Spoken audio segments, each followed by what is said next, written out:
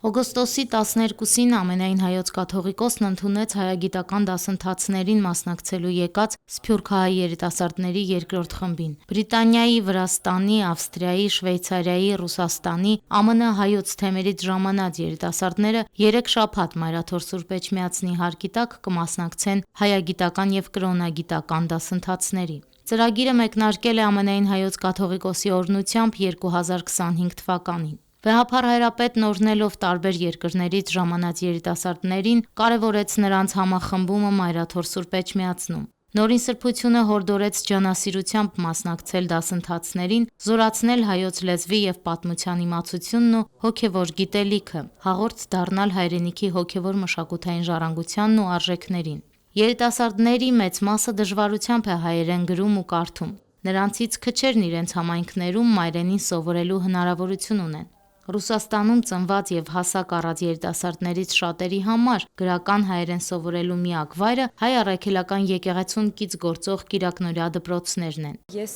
մեր եկեղեցում կրթում եմ երեխաներին, հայկական պար եմ դասավանդում, հայկական երգ եմ դասավանդում, մասնակցում եմ հոգևոր զրույցներին եւ ես ուզեցա, որ իմ գիտելիքները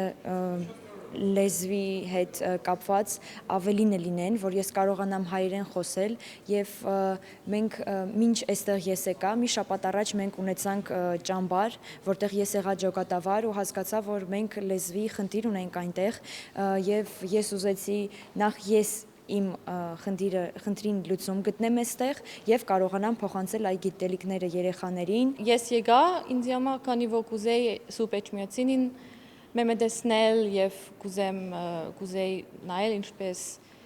հոս եպիսկոպովները, տերայները, սարավակները գաբրին եւ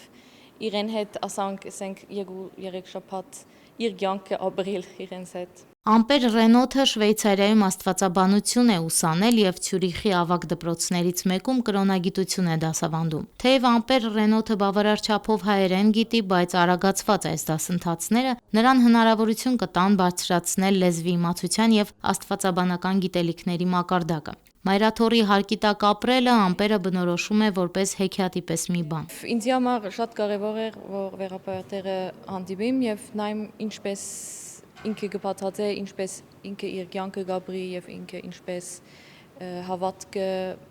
ասենք, պաշտպանեգո եւ այդպես ինձ համար քիչ իդեներ եկան, ինչ կնամ աշխարհգետներիս ասեմ եւ պատմեմ իր մասին։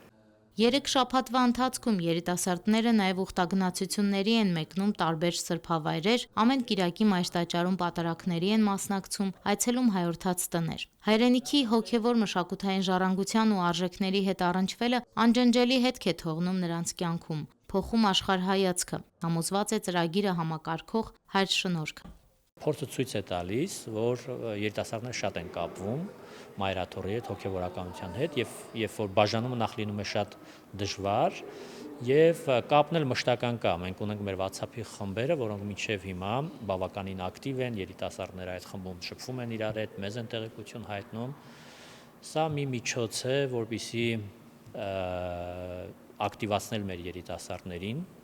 փոխանցել այն մեսիջը, որ եկեղեցին, հայ եկեղեցին դա չի նշանակում ինչ-որ միայն պատմություն, չի նշանակում հին մի բան, արխայիկ մի բան, այլ այն կենդանի մարմին է, եւ այդ կենդանի մարմնի մասնիկն են նաեւ իրենք։ 3 շաբաթյա հագեցած դասընթացների շրջանակում երիտասարդները ձեռք են բերում արևելահայերենի, հայոց պատմության եւ հայ առաքելական եկեղեցու մասին հիմնարար գիտելիքներ։ Դասընթացի մասնակիցներից է Լոնդոնում բնակվող ազգությամբ չինացի Սիույենը։ Նա Լոնդոնում ամեն կիրակի հաճախում է հայկական եկեղեցի եւ մասնակցում պատարագի։ In the beginning I didn't understand any prayers in Patarag. Սկզբում պատարագի ոչ մի աղոթք չէի հասկանում։ Հիմա արդեն հավատամքը, հավատով խոստովանիմը եւ հայրմերը լավ գիտեմ։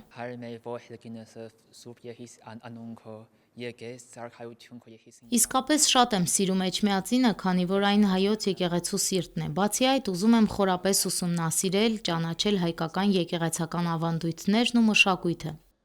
Հանդիպման ավարտին երիտասարդները հնարավորություն ունեցան իրենց հարցերն ուղղելու ամենայն հայոց հայրապետին։ Հարցերը վերաբերում էին ինչպես ծրագրին, այնպես էլ հայրապետի երիտասարդության տարիներին, հոգևոր ճանապարհին։ Երիտասարդներին հետաքրքրում էին նաև հայ եկեղեցի իշխանություններ հարաբերություններն ու վերջին շրջանում սրացած հակաեկեղեցական գործողությունները։ Հայրապետը վստահեցրեց, որ չնայած առկա դժվարություններին, եկեղեցին իր առաքելության մեջ հաստատուն ու անսասան է։ Հայրապետը պատգամեց երիտասարդներին տուն վերադառնալուց հետո էլ ամուր պահել կապը եկեղեցու եւ հայրենիքի հետ։ Դասընթացների մասնակից երիտասարդների կեցության հարցերն ամբողջությամբ հոգում է մայրաթոռը։ Կազմակերպչական հարցերում օգնում են նաև Ղազարավանի միանձնուհիները։ Անուշ Առաքելյան, Հարություն Տոլանյան, Եկեղեցական կյանք։